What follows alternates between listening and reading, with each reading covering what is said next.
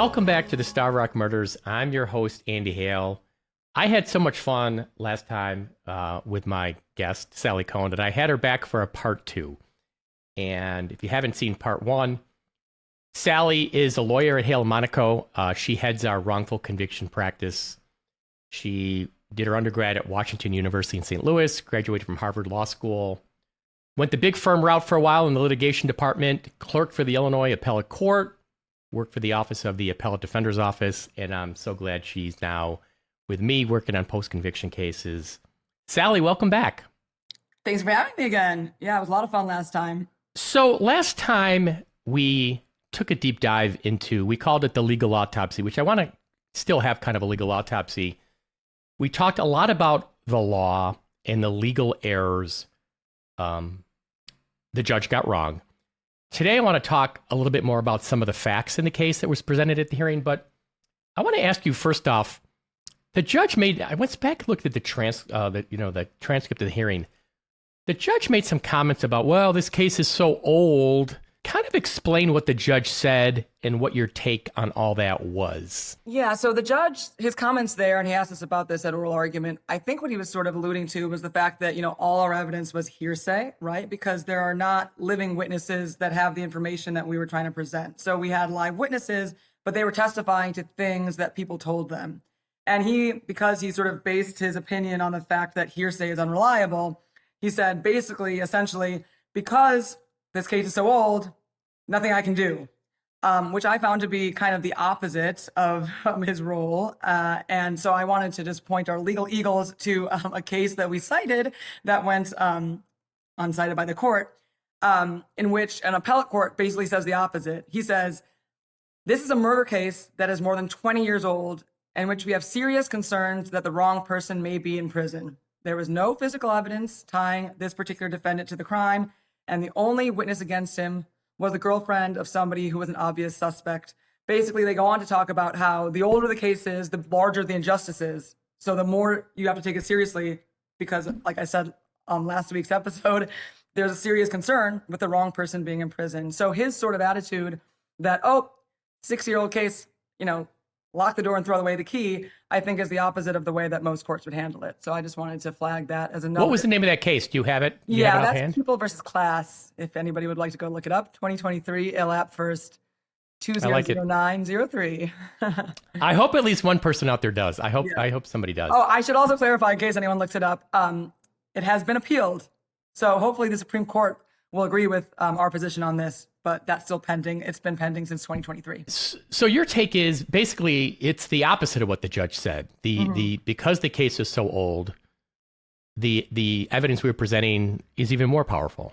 Well, and especially the quality of the evidence that we were able to present from a case that's that old, and the consistency across it. I mean, it's just, to me, completely bulletproof. Not only did we present an alternate theory, but when you combine that with the DNA that the state preserved in an etched glass case, it's really actually surprising the quality of the evidence that we were able to present 65 years later, and the level and gravity of injustice.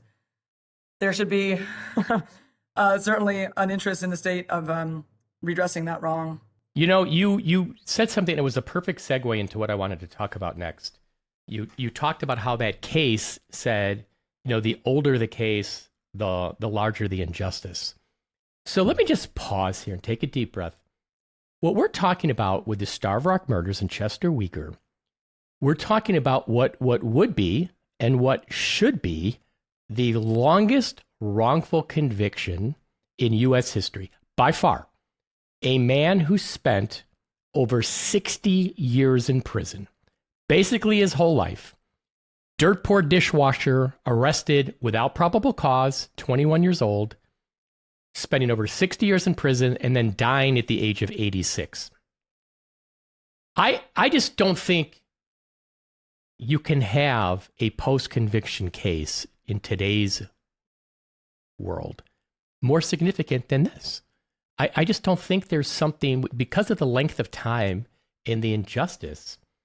And what I want to talk about now is, last week we talked a lot about the judge's ruling. So I want to talk a little bit about the evidence. But in terms of the judge's rulings, the volume and the nature of, the things that we believe he got wrong. How do you characterize that? I mean, it's hard to believe like the judge just kind of got it wrong. It feels intentional to me, you know? Do you have a vibe about that?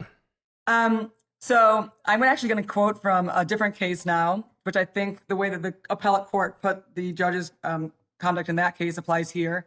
The trial court turned a blind eye to much of the evidence and refused to admit probative admissible evidence that, when evaluated under the proper standard, is damning. Even where the court gave lip service to the standard it was supposed to apply, the court clearly did not adhere to that standard. The post-conviction court gave the impression that it was flatly unwilling to consider the evidence offered by petitioner. And I think that succinctly summarizes what happens here. The motivations, I don't want to speculate as to why a court would be flatly unwilling to consider the evidence presented by petitioner. But here, I think, in terms, including giving lip service to the standard, applying a different standard, I think all of that applies here. And clearly, reviewing courts are not pleased when a lower court does that. And here, I want to emphasize that we don't have the opportunity to appeal. So we won't have a ruling that says this. It's just our, cases that we gave the court that they should know. Yeah, I just thought something. Do you remember as a little kid, my daughter Hannah really liked, remember the Madeline books? Mm-hmm. And they would be like, something is not right. There was a line of those books, like I think it was Mrs. Clavel would be like, something's not right.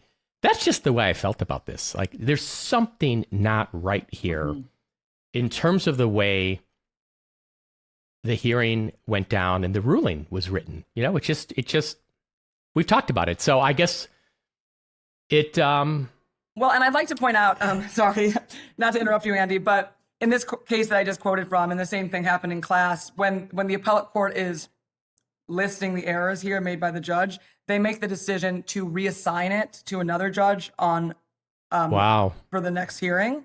And usually you only do that in cases of evident judicial bias, and usually errors do not count as bias. But when the magnitude and the quantity of the errors is so significant, that can constitute bias. And I think we won't get a ruling on it, but I think we certainly have that here, given the way that these cases came down. Boy, I would have loved to have got the opportunity to appeal and gotten a ruling. Oh my gosh. Well, we've talked about it. There's a lot of just stunning things we've talked about already. So I want to talk a little bit about the evidence, and I want to put this again in the context of what an important case this is. And let me start with Rule 3.8 of the Illinois Rules of Professional Responsibility, which state, the duty of a public prosecutor is to seek justice, not merely to convict. To seek justice. Keep that in mind. The prosecutor's duty was to seek justice. And here, the prosecutor's office we were dealing with was the Will County State's Attorney's Office. Okay. So I just went back through the evidentiary hearing and then the argument in some of the evidence.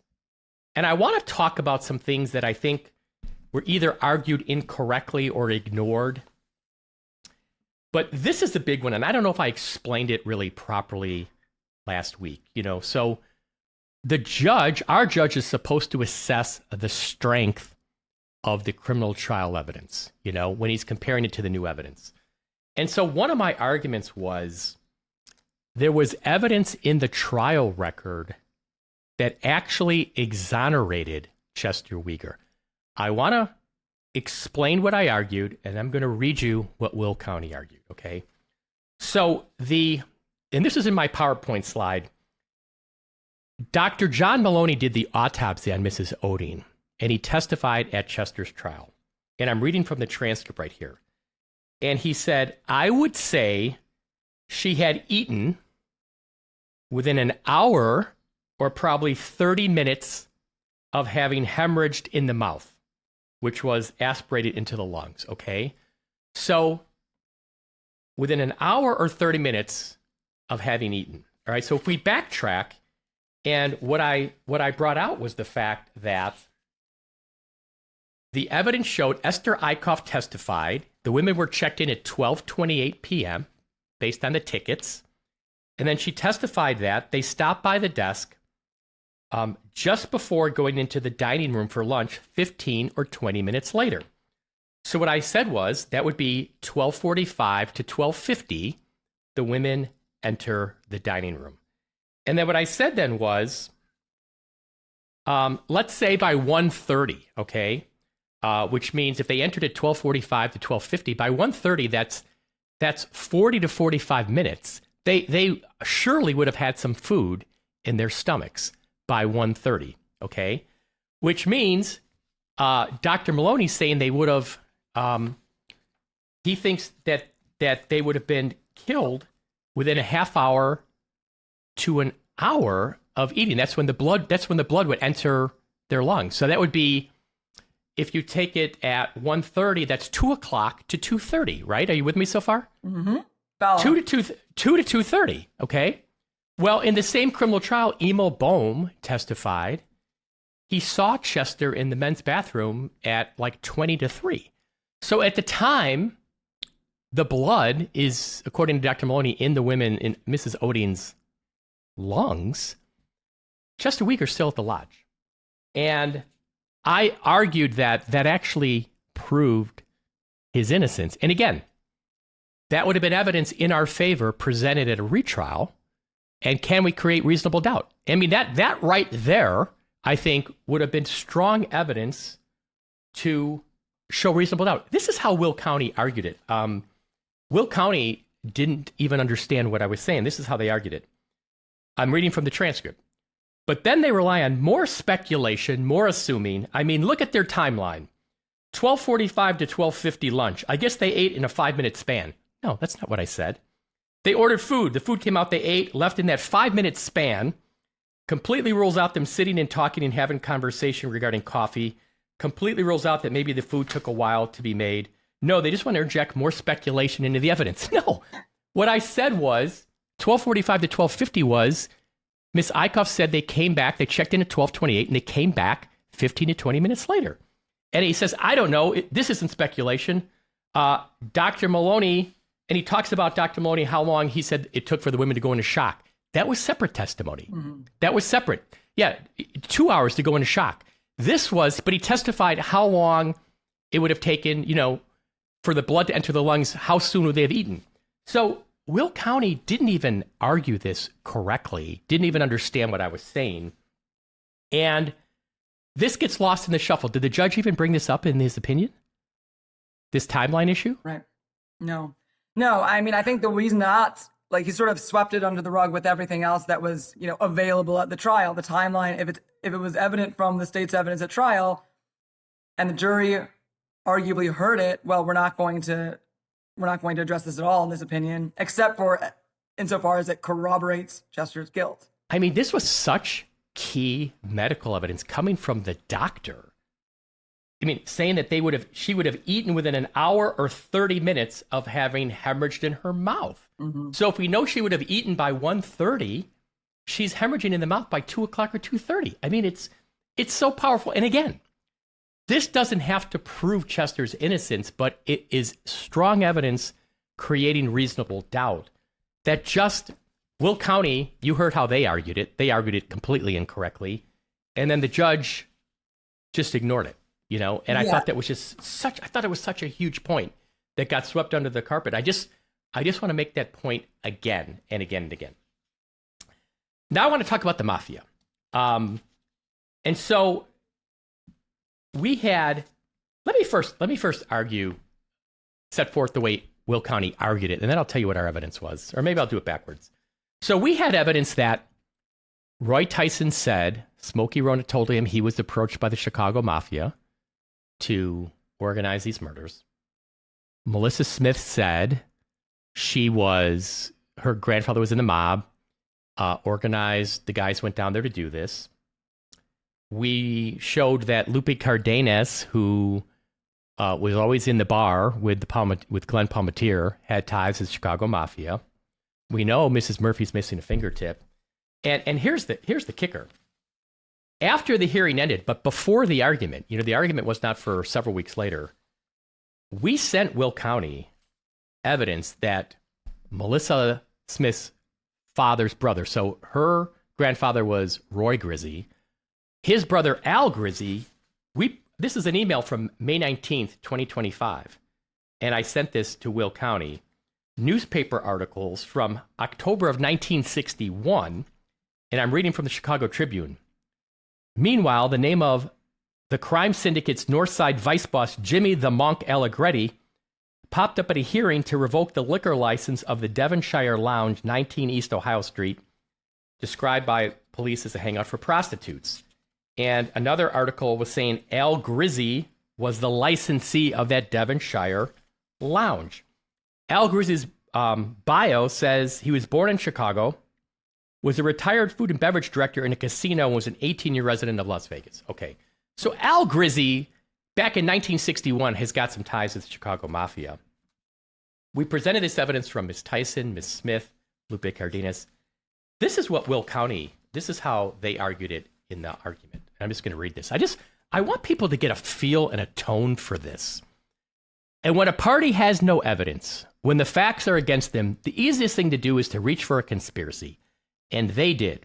The Mafia did a conspiracy. There are few conspiracy theories that are more convenient than the Mafia did it. I mean, invoking the Mafia is simply just an attempt to inject confusion, speculation into a criminal process that demands clarity, logic, proof. To be honest, it's a lazy theory because it doesn't involve any real evidence. It just relies on innuendos, on hearsay, on these suggestions that these shadowy figures are pulling the strings behind the scenes. I mean, that kind of theory plays well in documentaries, but not in courtrooms, because in here we don't deal with plots, with paranoia, we deal with facts and evidence from a witness stand. The facts in this case, they don't support a Mafia hit. They don't point to a secret organization. The defense is just simply choosing to chase ghosts rather than confront the actual evidence in this case, because the actual evidence tells a completely different story. This is a complete issue of competent evidence. The defense presents a conspiracy theory, a fable, an urban legend. I was on the edge of my seat when Miss Smith and Mr. Tyson were testifying and how they were going to tell us how the Mafia killed JFK. I mean, I just think that is, I'm trying to pick my words here, you know, not only inappropriate, but it's condescending. It was so, what's the right word? What's the word you would use? I mean, it just, the way it was kind of mocked, the whole Mafia thing was just mocked, you know? I mean, and that was the tone. Live, sorry not to interrupt again, but the disdain in the state's prosecutor there, his voice and his tone, it was beyond condescending and mocking. It was, yeah, I mean, I do struggle to find the words. We've struggled to find the words last week too. I mean, I just want people to understand, you know, it wasn't like I was saying Mafia with no basis whatsoever to say Chicago Mafia. And one of the things I didn't even bring up that the judge, you know, wasn't part of the new evidence, there was a newspaper article on the 40th anniversary of the Starved Rock murder. So this had been like 2000. And Harlan Warren, the state's attorney, was quoted as saying, yeah, you know, the Illinois State Police, I thought they knew what they were doing, but they first thought the Chicago Mafia was involved. Oh, really? The Illinois State Police thought the Chicago Mafia was involved? Huh. Interesting, you know?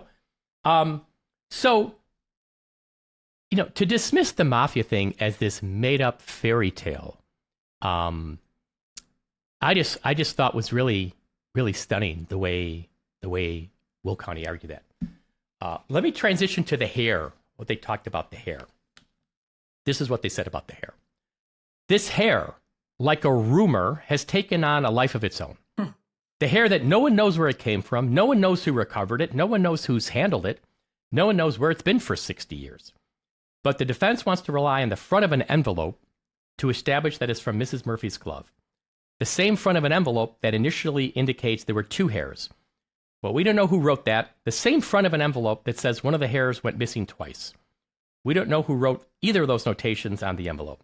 But somehow, after 60 years in that envelope, there's a full hair in that envelope and 3 fragments of a hair. Okay, let me pause. So all he's talking about is the envelope, the envelope, the envelope. You know, the envelope basically says it's hair recovered from the left index finger of Frances Murphy. But what he doesn't mention, which I did in my argument, and I showed the photo, this hair was between 2 glass slides, and it was etched in glass that hair came from the left index finger of Francis Murphy. It was etched into the slide. So yeah, it was meticulously labeled. So to argue about the envelope and the writing on the envelope, it matched. It was found in the envelope where it should be. I mean, I just felt like that again was. I don't know. It's hard for me to choose the right words on this podcast. I would probably choose some other words if you and I were just talking privately. I just felt it was inappropriate. It was not. I didn't think it was a fair characterization. So you heard about how they handled the mafia, how they talked about the hair. Let's talk about Lois Lensek, the telephone operator. They didn't say too much about her, but this is what they said with the transcript, page 122. What does this phone call mean again? ? It's just more speculative, unverified, unreliable hearsay, all on top of each other, and that's why it makes zero sense. I mean, like that's it. I mean, it just ignores all the detail that Lois Lensek provided, all the credibility found in the memo. Her struggle, she knew it was supposed to be confidential. The Aurora police found it to be reliable. The Illinois State Police found it to be reliable. They traced the call. I mean, again, just to handle the evidence that way in such a shallow, kind of flippant way. And I thought the telephone operator memo was such huge evidence. Me too. And it didn't make no sense. It made a ton of sense. It was the linchpin to a theory that makes complete sense. I think everybody that pays any attention to the evidence can see the through line from every piece of our evidence, from lubricadenus to the DNA. Here's another thing I wanted to point out. In my argument, I was talking about how all the different ways Chester's air quotes confession didn't match the physical evidence. And one of the things I pointed out was Chester, in the so-called confession, basically said that this limb broke, that it broke. And it broke, he said it a couple times, the piece broke off. The club broke, like there were two pieces.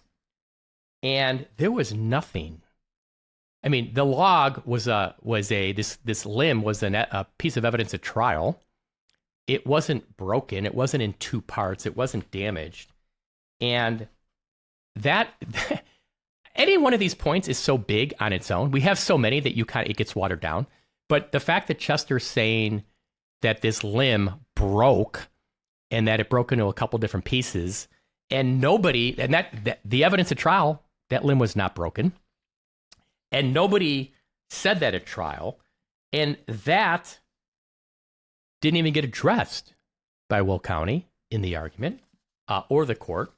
That just kind of went untalked about, All Will County really said, one of the things they said was, the log, there's splinters in Miss Oding's head that matched the log. Yeah, there were a couple little pieces of bark that got taken out with tweezers. What our forensic pathologist, David Fowler, said was, you'd have had bark all over these women's faces and heads. The bark would have been, the log's getting damaged, There would have been bark everywhere in these wounds, and there wasn't. Do you recall that? Yes, I also recall the notes from the meeting with the forensic scientist from way back in the day that is still newly discovered because it wasn't turned over, where the pathologist noted blood on limb did not result from hitting. Right. So it's sort of the same concept. Yes, there would have been tons of blood on the log. There was some blood on the log, but it didn't come from hitting. So where's the log that the blood on it came from hitting? Where's the actual murder weapon?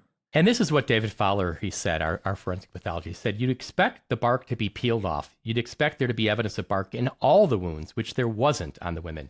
You'd expect there to be damage to the log. That point just kind of, fell on deaf ears. Here's another point. I thought this was kind of telling. At two different times, the court asked Will County whether evidence found on... So, the trial was just the trial of Mrs. Oding. That was what Chester Weger's trial was. He was charged with her murder. And the court at basically page 150 and 153, this is what they said, if it was on the glove of an individual whom he was not convicted of killing, is it relevant in the state's position for the court to even consider that DNA evidence in the context of the Lillian Oding murder? And Will County said, Judge, we would say it's not relevant. And then on page 153, the court said, should the court consider evidence in relation to a body that he was not convicted of actually killing? And the state says, the state's position is no. What do you think about that? I think a lot of the arguments that were made by the state, maybe most of them, were not made in good faith and certainly not in in line with their professional ethics to seek justice. Certainly, I made this point last week that they know the relevance of the evidence, and if it had been useful to them, they certainly would have used it. And the relevance of evidence goes both ways. I mean, that's like saying we've got exonerating evidence on Francis Murphy or Mildred Lindquist. We've got DNA evidence. Let's just say we had semen, okay, on either of those bodies. They're saying it's not relevant. When what the state argued and what the confession was, that one person, Chester Weger's confession was he killed all three of these women in rapid fire succession. At the trial, the state brought in all this evidence of how all three women were killed together at the same time. For the state then at our hearing to say that anything found on the other two women is not relevant, I thought that was stunning, just stunning. Let me talk about the twine. This is what the state said. They said the twine. The defense argues that there was no corroborating evidence regarding the twine. 20 ply was found at the crime scene. And Chef Kamadi, who works at the kitchen, says that there's 20 ply also located at the Starved Rock kitchen where the defendant works. And they did talk about the twine. The state did talk about the twine in closings. Let me read you, and I hope I'm not belaboring this, but let me read you from something I've written called The Tale of the Twine. This is what I said. This extremely weak trial testimony regarding the 20-strand twine and Attorney McNamara's effective cross-examination of these witnesses must have caused the state to abandon making any claim that the 20-strand twine found around Miss Oding came from the lodge, as all Mr. Richardson could muster during his closing argument on the issue was the following, quote, "So they went into the cave, or by the cave on the rock, sat there and allowed themselves to be tied. With what? With string. What kind of string? 20-ply cord. This man has a propensity for carrying string in his pockets. That is brought out in this case." End of quote. So what I say is, thus the state abandoned any argument that the 20-strand twine found around the wrist of Mrs. Oding was the same type of twine used at the Starved Rock Lodge, and instead weakly argued that Chester Weger had a propensity for carrying twine in his pocket. Hardly a persuasive argument. But this is what I point out too. McNamara, in his closing, didn't let it go. McNamara knew that this had been a big issue that the state claimed they were going to present evidence of, and they didn't. So McNamara said, now let's go to this string.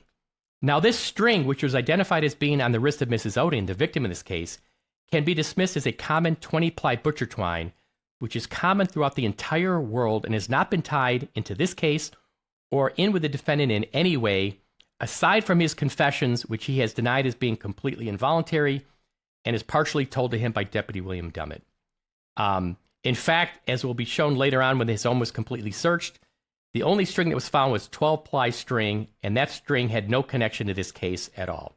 And McNamara didn't want to explain this. And so for the state to say, the state did talk about the twine in the closings. Well, no, not really. Not in any way connecting it to the lodge. So that was not accurate. There was nothing at the trial connecting the twine to the lodge or to Chester Weger. Now, let me just read you some parts of the final summation of the state. Again, in the context of a case that's potentially the longest wrongful conviction in United States history, okay, where we've got DNA evidence, genetic genealogy, all this stuff. Okay, I'm going to be reading parts of pages 146 to 148, not necessarily consecutively, but parts. And for those unfamiliar, because this isn't the internet, that's beyond a reasonable doubt. That's fact. No speculation, no spin. All the defense has is a dramatic story, a conspiracy theory involving the mafia, a strand of hair with a bigger story, and hearsay. And it's an interesting story, but that's all it is, a story. It might be entertaining, but it doesn't exonerate, because the law demands more than speculation. It demands proof. This is not a novel. It's not a podcast. It's not a documentary. This is a courtroom. And in a courtroom, the evidence speaks. And the evidence says the truth is the defendant killed Mrs. Oding just like he confessed multiple times. And by the way, in a court of law, there's another way to phrase a foundationless speculation-only case, and that's no case. And so that's, the state spent more time kind of mocking my efforts to develop leads and information by having a podcast, by reaching out to people, trying to find people with knowledge. There was such disdain and mockery for my efforts to find people who might know something, that was really, really disappointing. And that's probably that's just way, way too generous of a term to say disappointing. It's a lot more than that, but disappointing to think that they would be mocking me and my efforts for the work that I did and the time and effort I put in to try to develop evidence supporting our case. So I just wanted people to get a little more flavor and flair for the way the case was argued at the oral argument. And again, in a case where this should have been the longest wrongful conviction in U.S. history. And in my eyes, it's such an egregious, unimaginable injustice. It's just stunning. So before we move on to another topic, is there anything else you want to say about kind of the hearing, how it went down, what we talked about so far? Just that the state, especially in summation, they replaced any analysis or treatment of the evidence with histrionics and dramatics and, accused us of having no case and just using innuendo. But usually when you're sort of taking insults and petty shots at the other side in your closing argument, it's because the evidence doesn't support you. So I thought that it was professionally improper as well. And what's again, we're preaching to the choir here, you and I mean, and I don't want to sound like a whiner or a crybaby, but it's an outrage. It is an outrage. I just think the whole way this went down is an outrage, and I'm not going to be quiet about it. I'm not. I'm going to talk about it, and I want people to know what went down. It's one thing, when all those arguments were being made at the oral argument, it really didn't bother me because, like you said, I just thought, well, this is weak. This is weak. I'm sure like Will County all went outside in the hallway and high-fived each other like, boy, you really gave it to Chester's lawyers. But I don't think that's effective advocacy. I'm like, I don't think the judge is going to buy any of this.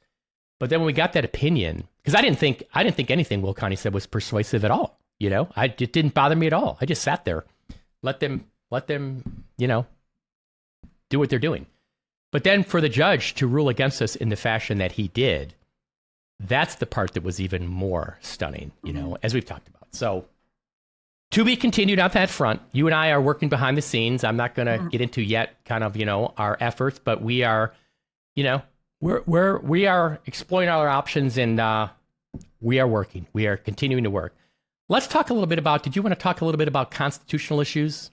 Well, I did, but before we dive right into that, there was one thing that I wanted to raise in terms of sort of facts that didn't get brought up in the trial that I believe were we weren't allowed to bring in, but you can correct me if I'm wrong on that, Andy. But I just wanted to highlight, the judge's treatment of our, according to him, sort of frivolous argument that Dummett had, coerced the confession, and that the plain evidence was so corroborative because nobody besides the true killer could have known about this plane flying overhead. Well, lo and behold, there was a case in 1980 in which Will Dummett was found to have perjured himself. A defendant accused him of coercing a confession and suggesting the way that the crime had happened by showing him crime scene photos, just like Chester did, and telling him what to say in his confession. And of course, Dummett denied having done this, but the defense team was able to get the sheriff's office to go through Dummett's desk. Lo and behold, found the photos, found the film reels that he claimed he never possessed and never had pictures of. So in that case, it resulted in the granting of the suppression motion. So there was later evidence, of course, this 1980, decades later, of Dummett having used the same tactics that he did against Chester in another case. So for the judge to say, to accept this, that Dummett would ever do such a thing when there's evidence of him doing the exact same thing, was again just being willfully blind to the evidence. And Andy, correct me if I'm wrong, that we had brought this out earlier, but it was not allowed to be part of the hearing. We basically argued that, Dummett had a pattern and practice of doing this kind of misconduct. And oftentimes in cases, especially in cases in the city of Chicago, pattern and practice for some of the Chicago police officers in these post convictions is admitted, in cases, if somebody's had allegations of wrongdoing in multiple cases, it's admitted. Yeah, there's a lot of stuff that didn't come in. And the other thing too is, we were in the post conviction court, but just to be clear, Will County, as the state's attorney whose job it is to seek justice, can look at all the evidence, everything out there, old and new, and decide what is justice, what they want to do. So it's not like Will County could not consider things that only came up in our case. Will County at any time had the authority to vacate Chester's conviction based on all the evidence. There were so many other things that didn't get brought into our case, like the handwritten notes of Harlan Warren, where he had, the notes about get the man to confess, commence psychological warfare, things that technically, we weren't allowed to bring in, old newspaper articles talking about this being a crime of vengeance, on and on and on. So I think as time goes on, I'm getting even more kind of blown away by how overwhelming our case was and, kind of where we're at. So I'll turn the floor over to you. What do you want to talk about next? I wanted to flag for the listeners a few of the constitutional claims that were dismissed. So ultimately, at the third stage hearing, we were only permitted to present the argument that Chester was actually innocent. So that's a separate type of claim. On post-conviction, you can also bring claims that say that your conviction is the result of constitutional violations at your trial. But you can do that in a different way on direct appeal. But in a post-conviction motion, you'd be using evidence that shows that would not be on the face of the trial record. So essentially, let's say you have evidence now after trial that the jury was bribed. I mean, that's an extreme example, right? But that would be in violation of the Constitution. Or you have evidence that your defense attorney had a conflict of interest that you weren't aware of, or all sorts of things that usually something happened outside of the trial that resulted in your conviction being unconstitutional. So we had several claims relating to constitutionality of Chester's conviction, starting with, as Andy already mentioned, that he was arrested without probable cause. As the listeners, I think, know, he did not confess until after he was already arrested. There was no evidence besides his confession that would have tied him to the crime at all. So there was no physical evidence, there were no witnesses. So to have probable cause, you have to have specific facts and circumstances that would lead a reasonable person to believe that a crime has been or will be committed, or that the person has committed that crime. So you basically need specific evidence. It's not beyond a reasonable doubt, but it's above a reasonable suspicion. It's probable cause. And so typically you get a warrant. You need a warrant to arrest somebody.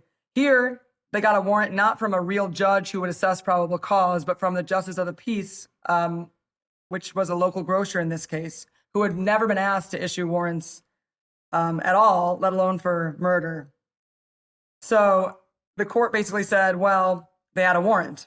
So he wasn't going to look at the underlying facts supporting probable cause because a judge, justice of the peace, technically found there to be probable cause, and he wasn't going to re-review that. That's the first constitutional claim that was clearly, it's just really obvious to any person who's looking at it that there was no probable cause to arrest Chester for 3 murders. And then they used that arrest to get the confession out of him because that was sort of their last, what's the phrase?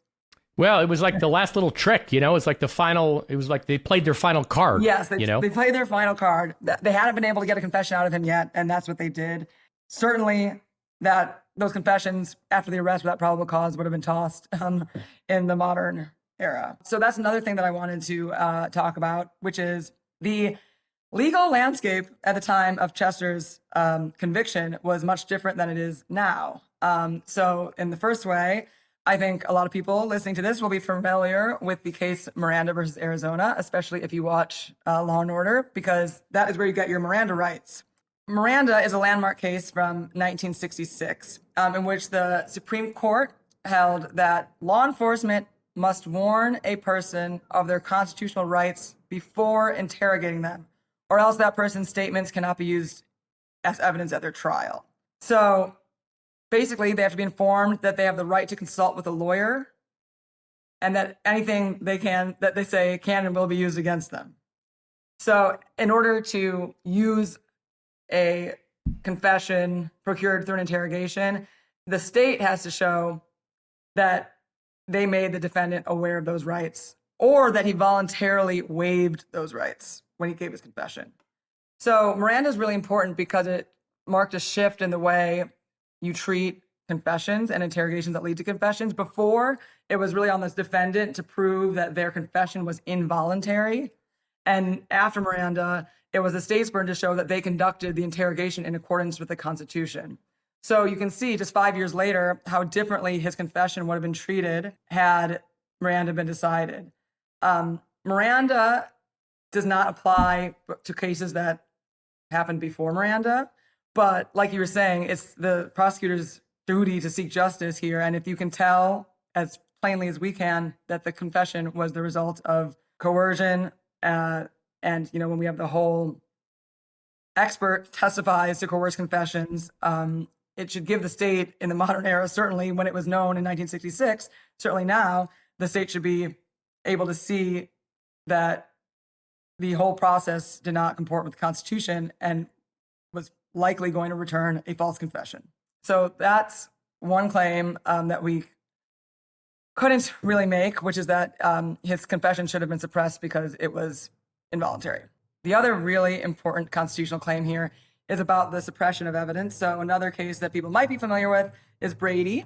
That's from 1963, Brady versus Maryland. And that is where the court held that the prosecution's suppression of evidence violates the 14th Amendment. So basically, the state has to turn over exculpatory material evidence to the other side.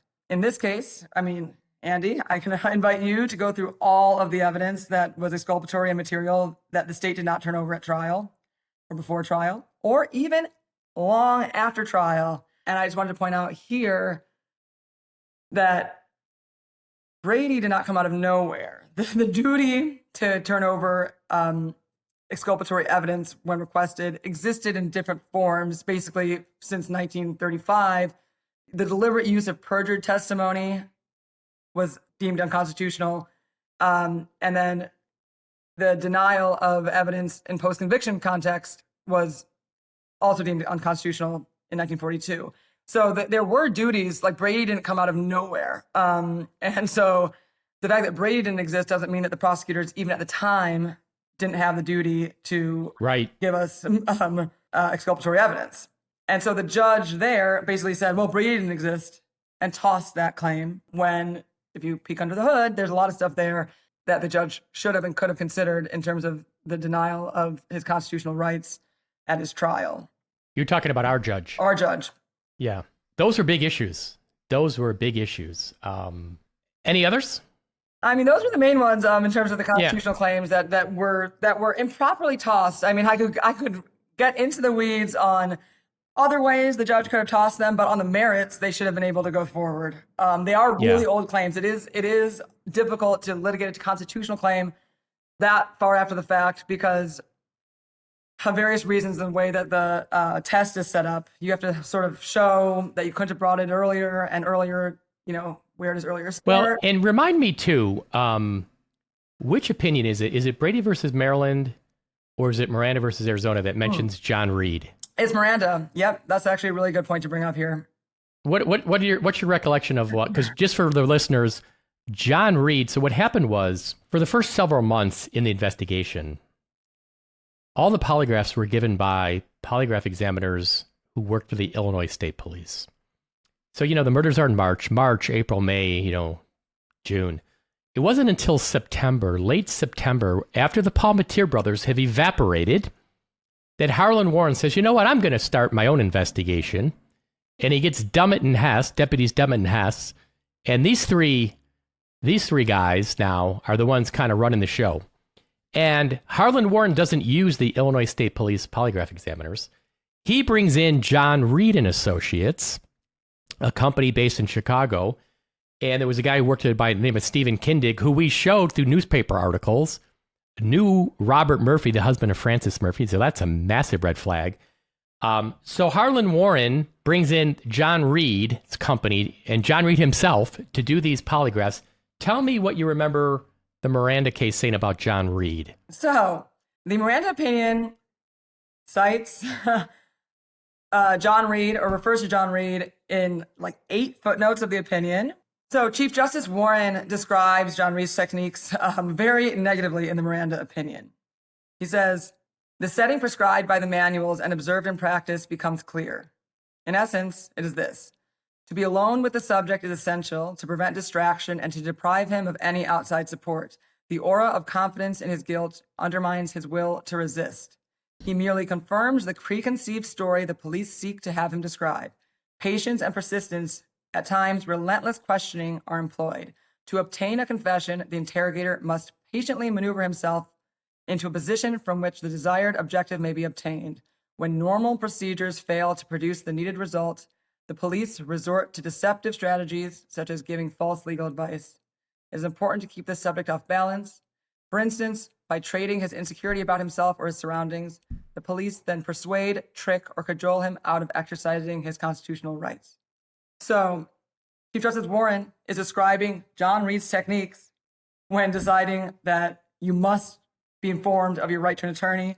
There are all these procedures that you need to follow in order to get a confession through an interrogation because of this exact type of thing that was used against Chester. And clearly the Supreme Court, just a couple of years later, is gravely concerned with the type of treatment that Chester received. And think about this. So when Chester gets picked up early that morning in late September, taken to Chicago, he's there all day till like midnight. So to actually administer a polygraph exam, to actually administer the exam, hook them up to the machine, ask the questions, that's going to take an hour, let's be generous and say 2 hours. What's going on the rest of the time in Chicago? I mean, what's going on the rest of the time? I'm sure the rest of the time they're just interrogating him, badgering him, cajoling him, pressuring him to confess. And then when he's done at midnight, they don't drive him home. They drive a couple hours back to LaSalle and they take him to the courthouse in Ottawa, to the state's attorney's office, and they continue to interrogate him. So they're trying to they're trying to extract a confession from him. They didn't just take him to, Chicago's best interrogator. They took him to the person who literally wrote the book on how to get a confession out of somebody. Yeah. So it's outrageous that's, he passed all these polygraphs before, he never confessed before, and that shows the lengths they were willing to go. I mean, in September, so end of September, there's nothing linking Chester to these crimes. So the fact that they took him to Chicago and pressured him all day and then drove him back home and pressured him and interrogated him all day just shows you they were clearly trying to break him down and get him to confess. And what he testified to at Cross, I thought this was really mature and insightful. Reculia on Cross, State's Attorney Reculia, was like, well, you didn't confess, in Chicago, He's like, well, I wasn't under arrest at that time. What he said was, that just showed you the pressure. When they played that final card, he's now got handcuffs on, he's in jail, and he's been charged with 3 murders. So now the threat that if you don't confess, you're going to ride the Thunderbolt, the threat is real because he's been arrested. Mm-hmm. Before that, he's like, well, I didn't do it. There's no evidence linking me to it. But that's what was so evil about what they finally did. And that's when I go back to everybody knew there was no evidence tying Chester to the crime at the time he got arrested, right? And so, you don't see this kind of conduct with the Palmatier brothers. You don't see the Palmatier brothers getting dragged to Chicago for an all-day session and interrogated and then brought to the state's attorney's office and all these things. And by the way, the Palmatier brothers would have just said, no, we're not going because you didn't have to. Chester Weger, this dirt poor dishwasher, unsophisticated, he didn't have to do any of this. But he did because he knew he was innocent. He didn't have to go to Chicago. He didn't have to do all these interviews and all this nonsense, but he did, and it's so, Sally, it's just so egregious. And that's why I go back to the way Will County argued the case in terms of tone, argument, and even the way they handled the case from the start, basically mocking it, kind of just like, just the whole way it was presented in a case that that was so serious and had such serious facts and serious evidence. It's just, again, stunning is a good word that just keeps coming to my mind. So is there anything else you want to say before we kind of start to wrap things up? You can keep going. I'm in no hurry. On your last point, I mean, I think it's interesting, and it sort of puts Chester certainly in a double bind. With regard to the original suppression motion, when he was arguing that his confession was involuntary because it was procured by threats of violence, the Thunderbolt thing, and ultimately the court said, well, those threats were made on the drive back to Chicago. You didn't confess until X, Y, and Z time later. So those threats your confession could not have been the product of those threats. So bingo bongo, it was voluntary. But I think, as you're pointing out, Chester made the point that the threat was the arrest. The threat was made weeks earlier about riding the Thunderbolt. That threat is implicit in the arrest for 3 murders like this. Right. And when you look at the interrogation tactics that are laid out by this manual, and it's talking about patience, comfort, do all these items that don't really occur at one time that produce a coerced confession. And I think the fact that it occurred over such a long period of time for that then to be said that was not coercive, when clearly that was the coercion, they were relentless, right? So just because the physical threat of violence occurred earlier in time, it was just building and building and building. It was getting worse and worse. So I think that's really unfortunate that the court didn't see it that way. I mean, obviously. And then you go back to the Palmatier brothers when they traced the call. So like I said, Glenn Palmatier may have been telling the truth when he said he wasn't the one who placed the call. It could have been Lupe Cardenas, right? It sounds like it was Lupe Cardenas in terms of big burly guy, limited vocabulary. But William Palmatier can't make that claim. William Palmatier received the call. Mm-hmm. So he received the call. All he could say was, we never talked about those things on the call, which is a lie, which is just an absolute lie, because the operator heard you say those things. She heard you talking about card transactions. She heard all this stuff. So it's so clear that, and then Glenn Palmatier's interview is August 30th. It's September 1st that Craig Armstrong writes this profuse apology letter. Oh, we're so sorry. Like, the brothers get these apology letters, we're so sorry you got dragged into this. Like, what's going on here? Mm-hmm.